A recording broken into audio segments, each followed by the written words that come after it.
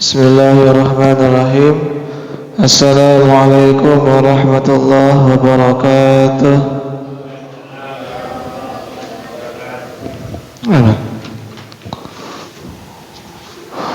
Alhamdulillahi rabbil alamin wa bihi nasta'inu ala umuri dunya waddin. Wassalatu wassalamu ala nabiyyina Muhammadin wa ala alihi wa sahbihi ajma'in, amma ba'd. Fa ya ibadallah, usi nafsi wa iyyakum bi taqwallahi faqad faza al-muttaqun wa la tamutunna illa wa antum muslimun. Qala ta'ala ya ayyuhalladzina amanu taqullaha wa qulu qawlan sadida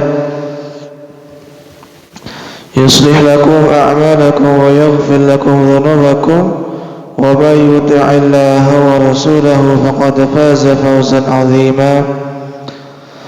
Bapak Ibu rahimakumullah, kita berjumpa kembali dalam majlis ini. Kita sedikit belajar hadis-hadis dari Nabi kita Muhammad sallallahu alaihi wasallam dalam kitab Bulughul Maram. Pada kesempatan kali ini kita masih di subbab hadis-hadis yang berkaitan dengan zikir dan doa.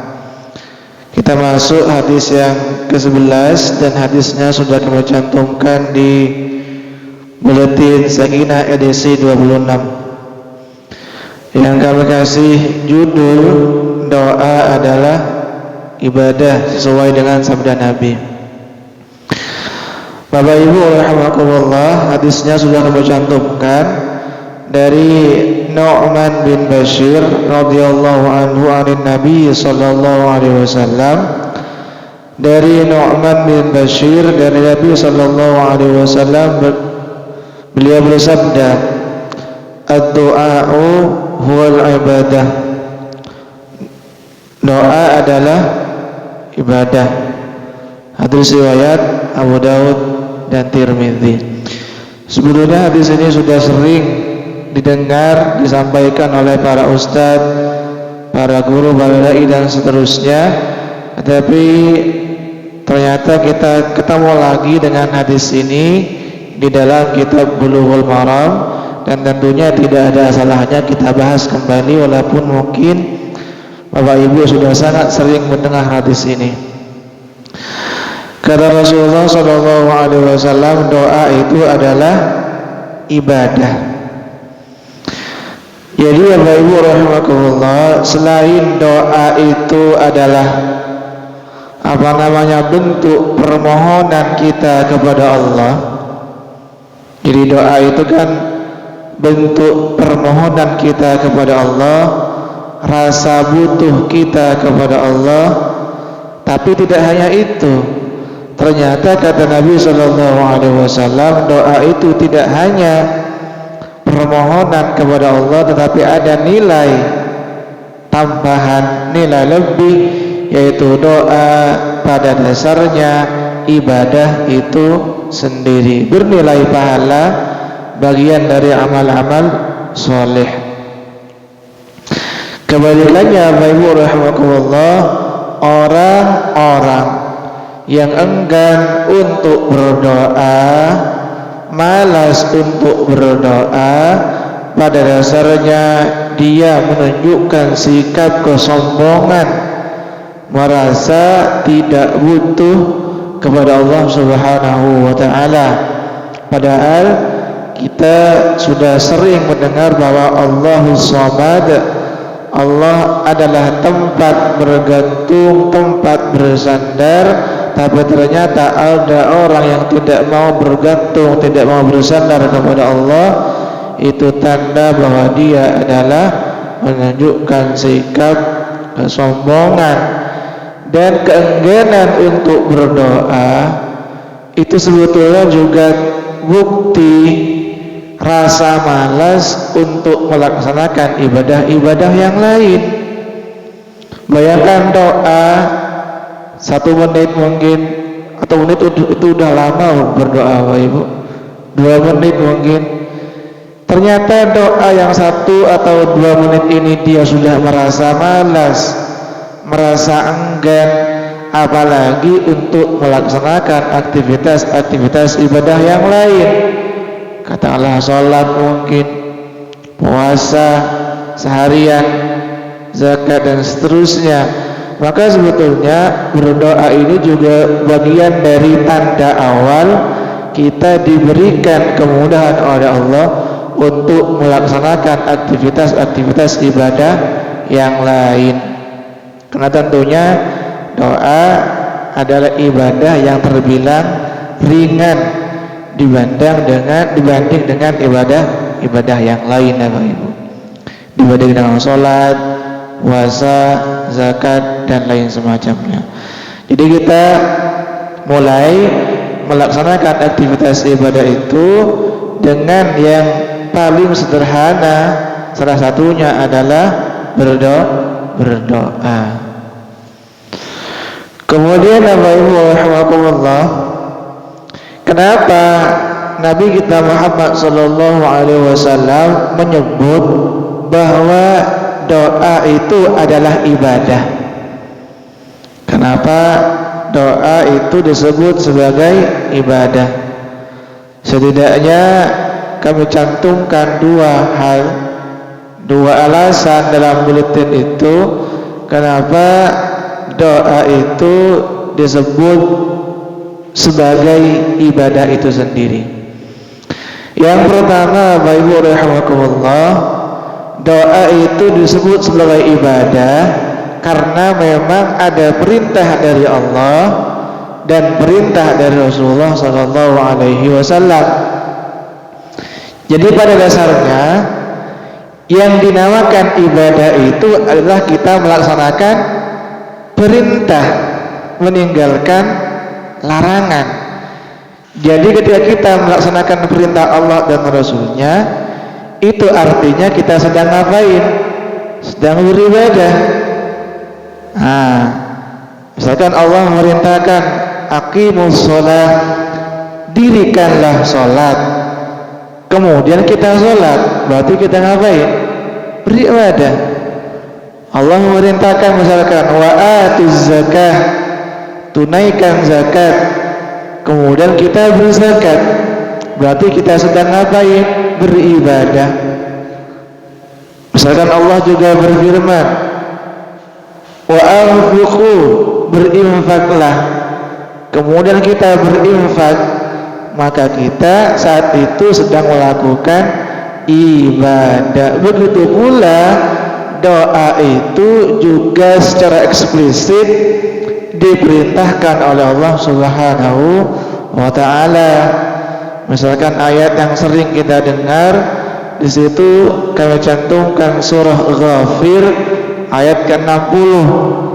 Kami cantumkan terjemahannya. Wa qala rabbukum ud'uni astajib lakum.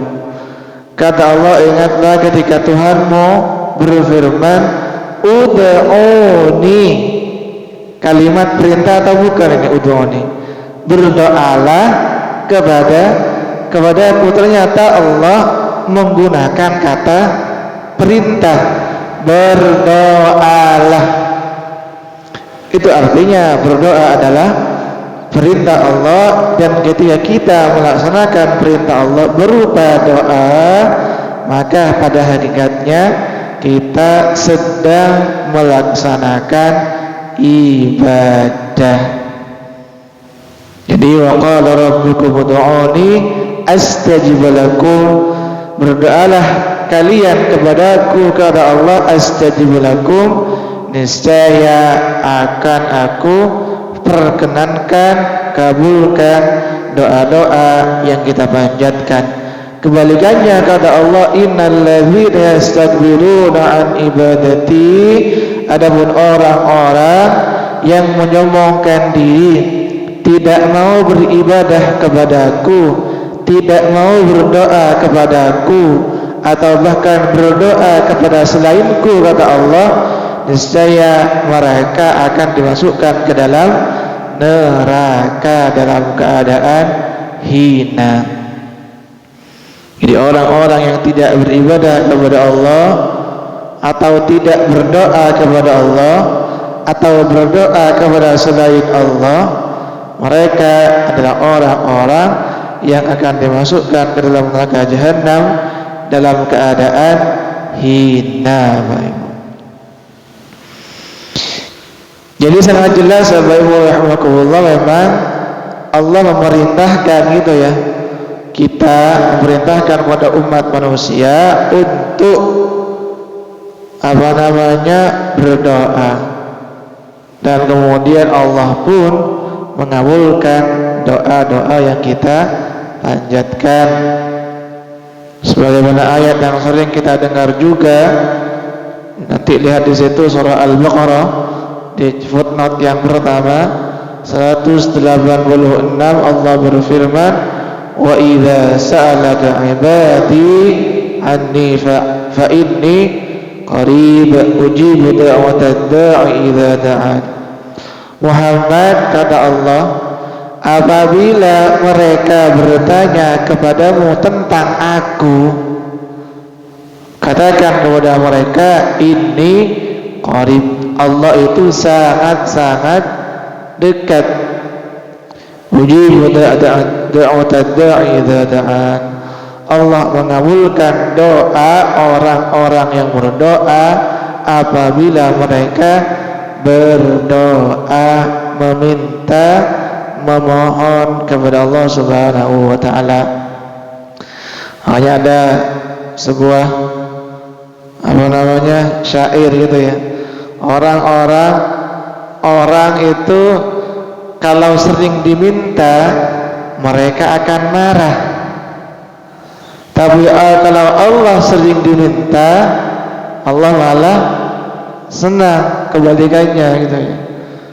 Kalau kita sering minta kepada seorang, hari ini kita minta dikasih, dimaklumi oleh orang, besok minta lagi masih dimaklumi, sampai seminggu minta terus, pasti orang yang memberi tadi akan bergumam, kok minta terus ya gitu ya.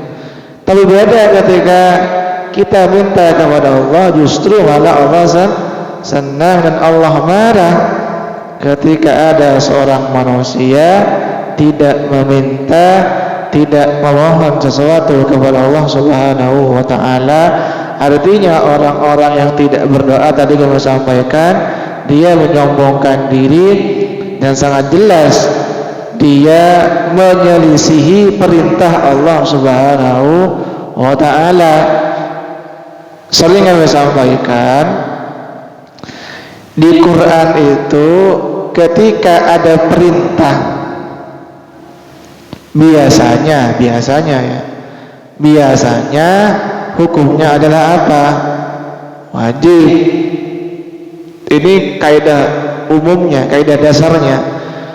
Di Quran itu ketika ada kalimat perintah, itu biasanya menunjukkan hukum wajib. Misalkan tadi, dirikanlah sholat, kalimat perintah, sholat wajib. Ada kalimat perintah lagi, tunaikanlah zakat, zakat adalah wajib. Walaupun tidak semuanya. Lah dalam konteks doa ini Allah juga menggunakan kata perintah, dan ketika ada orang-orang yang menyelisih perintah Allah Subhanahu wa taala, tentunya sangat jelas dia melanggar aturan perintah dari Allah Subhanahu wa taala, telah bermaksiat kepada Allah Subhanahu wa taala, tidak mengakui atas keterbatasan dan kelemahan dirinya. Padahal manusia itu adalah makhluk yang sangat-sangat lemah, terlahir lemah, usia 60, 70, 80 lemah gitu ya. Mau mati lemah gitu. Awal-awal lahir ya lemah, sebelum meninggal ya lemah gitu. Makanya Allah sampaikan di situ, kami cantumkan di catatan kaki yang kedua, surah An-Nisa ayat 28. Allah berfirman, wa khuliqal insanu dha'ifa, dan manusia itu diciptakan oleh Allah dha'ifa, memiliki sifat lemah. Mengandalkan otak terbatas, mengandalkan otot juga terbatas, mengandalkan jabatan tar lagi pensiun dan seterusnya. Ada saatnya dilantik, ada saatnya menanggalkan jabatan gitu ya. Artinya manusia adalah lemah. Juga di situ surah Fatir ayat ke-15 Allah berfirman, ya ayyuhan nasu antumul fuqara'u ilallah, duhai umat manusia, kata Allah, antumul fuqara', kalian itu adalah orang-orang fakir, orang-orang butuh. Kepada siapa? Ilallah, kepada Allah. Jadi secara fitrah, sebetulnya secara fitrah, ini kita bicara fitrah, manusia itu butuh kepada Allah Subhanahu wa ta'ala.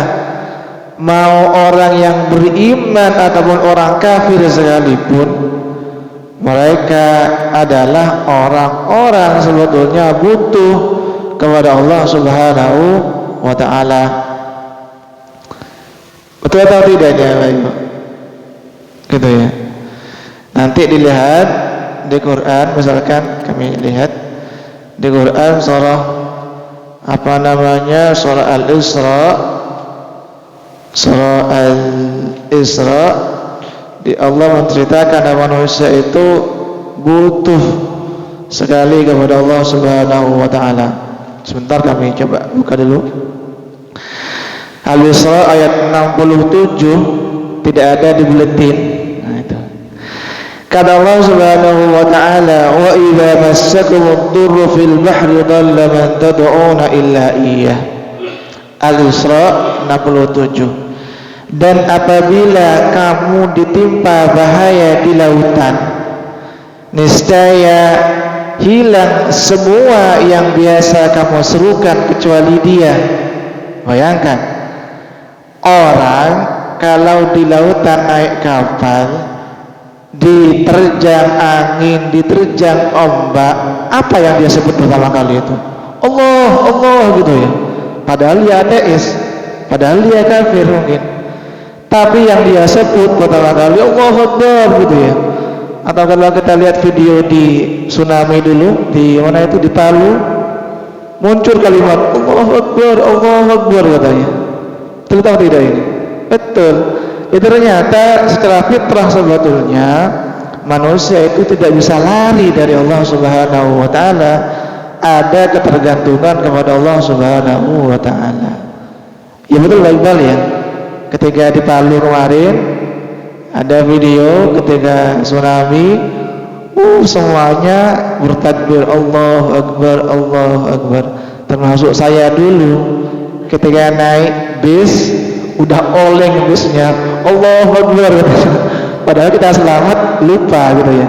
Ketika selamat turun dari bus lupa tadi bilang apa gitu ya.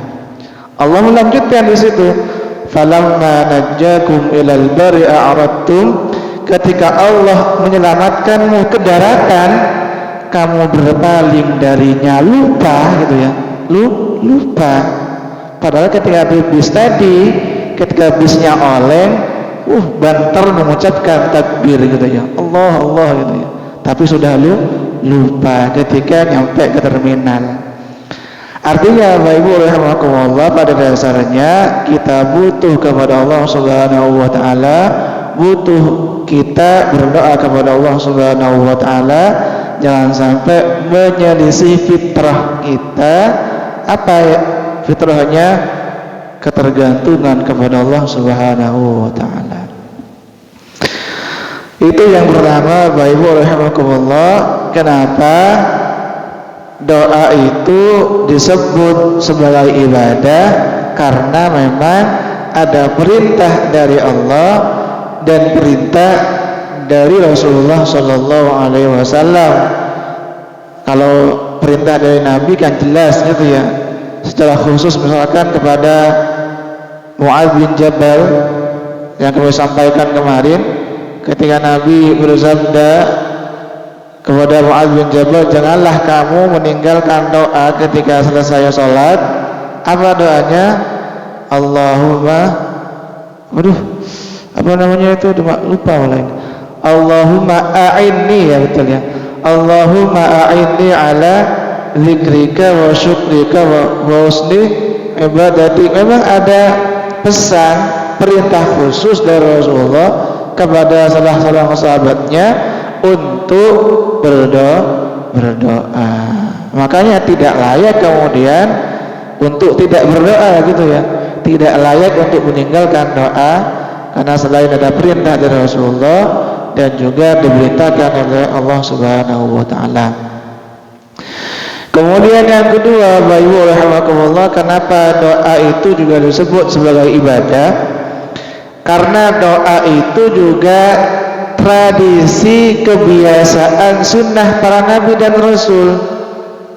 Nah ini, jadi apapun yang menjadi sunnah para nabi kemudian kita melakukannya, kira-kira kita ibadah atau tidak seperti itu?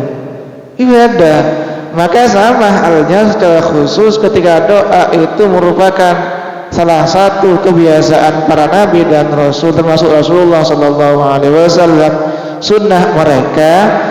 Maka ketika ada orang yang kemudian berdoa atas dasar ittiba, meneladani tradisi para nabi dan rasul, pada hakikatnya dia sedang melaksanakan ibadah.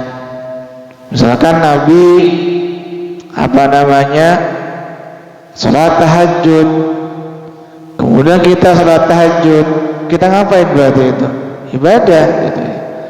Nabi salat duha, kita salat duha, berarti kita juga sedang beribadah.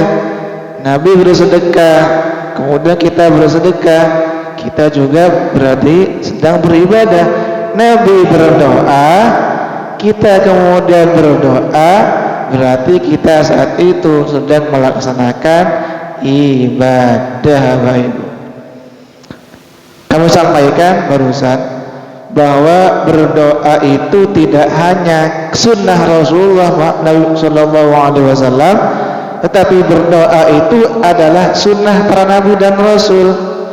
Kalau kita lihat di Quran, sekian banyak doa-doa di Quran itu doa para nabi dan rasul. Misalkan kita urut dari nabi-nabi yang besar gitu ya, Nabi Adam misalkan, beliau berdoa, Rabbana zalamna anfusana wa illam taghfir lana wa tarhamna lanakunanna minal khasirin. Al-A'raf ayat 23. Nabi Adam berdoa kepada Allah, direkam oleh Allah doanya di Quran. Nabi besar yang lain misalkan Nabi Nuh, apa Nabi Nuh doanya, salah satunya, banyak ini doanya Nabi Nuh. Misalkan Allah sebutkan di Quran surah Al-Mu'minun ayat 29, kata Nabi Nuh doanya, Rabbi anzilni munzalan mubaraka wa anta khairul munzilin. Ini doanya Nabi Nuh ketika udah kapalnya mau apa ya, mau mendarat gitu, mau apa namanya, itulah mau kandas gitu. Kemudian Nabi Nuh berdoa, Rabbi anzilni munzalan mubarakah, ya Allah tempatkanlah aku di suatu tempat yang diberkahi, wa anta khairul munzilin, dan engkau dari Allah sebaik-baiknya zat yang memberikan tempat. Itu Nabi Nuh juga berdoa kepada Allah. Atau di surah Nuh ya, apa anak-anak doanya, Rabbighfirli wa liwalidayya wa liman dakhala baitiya mu'mina wa lil mu'minina wal mu'minat. Nabi Nuh berdoa, duhai Allah, ampunilah aku dan kedua orang tuaku, termasuk orang-orang mukmin laki-laki dan mukmin perempuan. Nabi Nuh berdoa. Siapa lagi nabi besar lainnya? Katakanlah Nabi Ibrahim misalkan. Banyak juga kita hafal mungkin doanya. Surah Ibrahim ayat 40-41, beliau berdoa, Rabbana ighfirli wa liwalidayya wa lil mu'minina yauma yaqumul hisab. Ya Allah, kata Nabi Ibrahim, ampunilah aku, kedua orang tuaku, orang mukmin juga di hari kiamat. Wala tahsabannallaha ghafilan 'amma ya'malul zalimun, innama yu'akhiruhum liyaumin tashkhasu fihi al-absar. Dan janganlah kalian mengira bahwa Allah lalai terhadap orang-orang yang zalim. Sesungguhnya Allah cuma menunda azab mereka. Jadi ini lanjutannya Ibrahim ayat 42 ya. Jadi berpesan Allah Subhanahu wa taala, janganlah kita mengira bahwa Allah itu lalai terhadap orang-orang zalim, lupa untuk menyiksa orang-orang zalim. Enggak, kata Allah, cuma Allah sekedar menunda azabnya. Apa artinya? Orang-orang yang mungkin belum mendapatkan keadilan di dunia gitu ya, tidak perlu khawatir. Allah ternyata menyebutkan innama yu'akhiruhum liyaumin tashkhasu fil absar. Orang-orang yang terzalimi, yang belum mendapatkan keadilan di dunia, ternyata Allah pastikan mereka akan mendapatkan keadilannya kelak di akhirat. Yaitu itu Nabi Ibrahim. Nabi siapa misalkan? Nabi Musa. Musa juga banyak kita hafal ayatnya. Rabbi shrah li sadri wa yassir li amri wahlul 'uqdatam min lisani yafqahu qawli. Amma ba'du, diulang lagi. Enggak ada itu ya. Surah Taha ayat 25 dan seterusnya. Nabi Musa berdoa, Rabbi shrah li sadri, ya Allah, lapangkanlah dadaku. Karena Nabi Musa itu terasa sesak dadanya gitu ya, saking dahsyatnya cobaan beliau yang dialami. Wa yassir li amri, mudahkanlah urusanku. Wahlul 'uqdatam min lisani, dan lepaskanlah apa ya, rasa ikatan-ikatan dalam lisanku. Karena Nabi Musa itu Bapak Ibu keluh ya, lisannya itu keluh. Ayat itu mungkin gitu ya, nggak tahu bahasa Jawanya apa, keluh. Nabi Musa itu bisa dibilang kurang fasih ketika berbicara gitu ya. Siapa namamu? Musa gitu ya, gitu-gitulah katakanlah seperti itu ya. Tapi nggak gitu juga gitu ya. Maksudnya Nabi Musa itu kurang fasih. Makanya beliau berdoa kepada Allah agar melepaskan ikatan-ikatan, agar beliau ketika menyampaikan dakwah itu lancar, argumentatif, mudah dipahami oleh Fir'aun dan kaumnya. Tapi ada juga Bapak Ibu rahimakumullah doa Nabi Musa yang diabadikan di Quran yang ngeri gitu ya, doanya itu. Nabi Musa itu berdoa di Quran, Allah sebutkan di surah Yunus Bapak Ibu ya. Surah Yunus ayat 88. Nabi Musa berdoa, Rabbana innaka ataita fir'auna wa malahu zinatan wa amwalan fil hayatid dunya Rabbana liyudillu an sabilik Rabbana tamis ala amwalihim washdud ala qulubihim fala yu'minu hatta yarawul adzabal alim. Nabi Musa berdoa kepada Allah, ya Allah, Rabbana tamis ala amwalihim, hancurkanlah, bangkrutkanlah, binasakanlah harta Fir'aun dan kaumnya itu. Wasdud ala qulubihim, dan tutup sekalian hati mereka sehingga mereka tidak akan beriman sampai mereka melihat azab yang sangat pedih. Bayangkan loh itu, Nabi Musa berdoa dengan doa yang mungkin cukup mengerikan karena dakwah beliau sudah ditolak, akan dibunuh oleh Fir'aun dan kaumnya.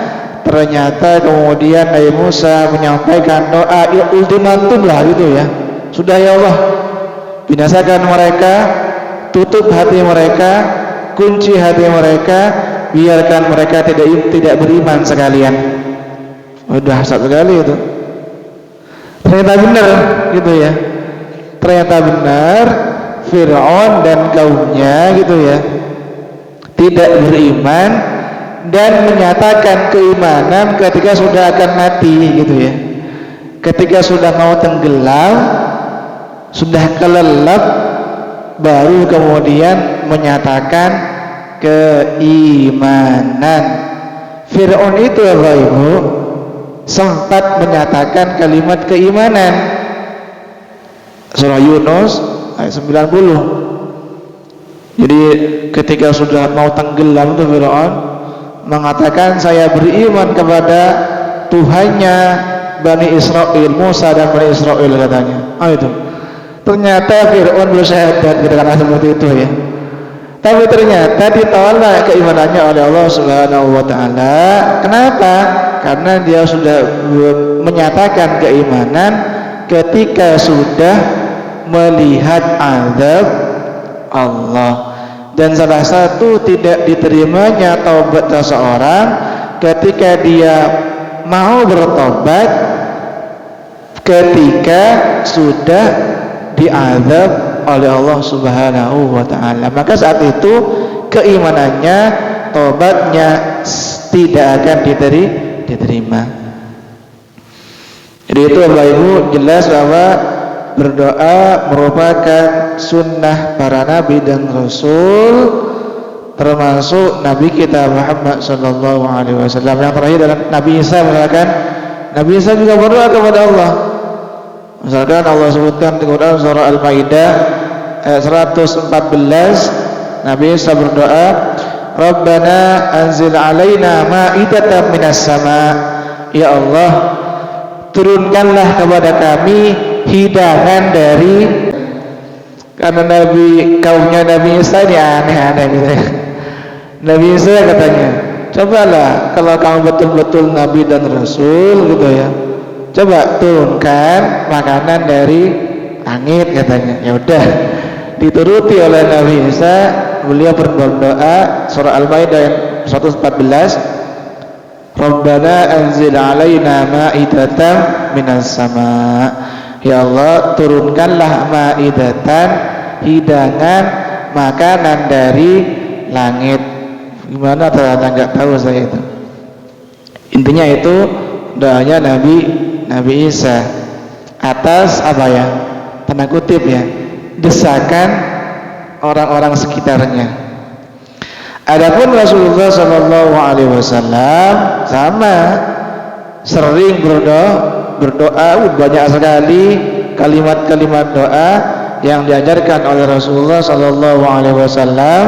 Adapun kata Aisyah radhiyallahu anha dan kata Anas bin Malik, salah satu doa yang paling sering dipanjatkan oleh Rasulullah adalah Rabbana atina fid dunya hasanah wa fil akhirati hasanatan wa qina adzabannar. Ini doa dikenal dengan doa satu jagat katanya, dan ternyata doa ini doa yang sering dipanjatkan oleh Rasulullah, dan mungkin doa yang juga sering dilakukan oleh Rasulullah ketika tawaf Bapak Ibu ya.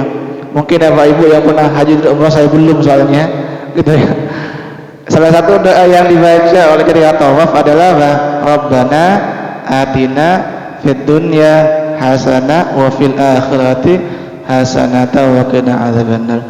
Jadi itu mungkin Bapak Ibu rahimakumullah bisa disampaikan, semoga bermanfaat dan dicatat amal ibadah berpada di Allah Subhanahu wa taala. Kita tutup dengan kafaratul majlis. Subhanakallahumma wa bihamdika asyhadu an la ilaha illa anta astaghfiruka wa atubu ilaik. Assalamualaikum warahmatullahi wabarakatuh.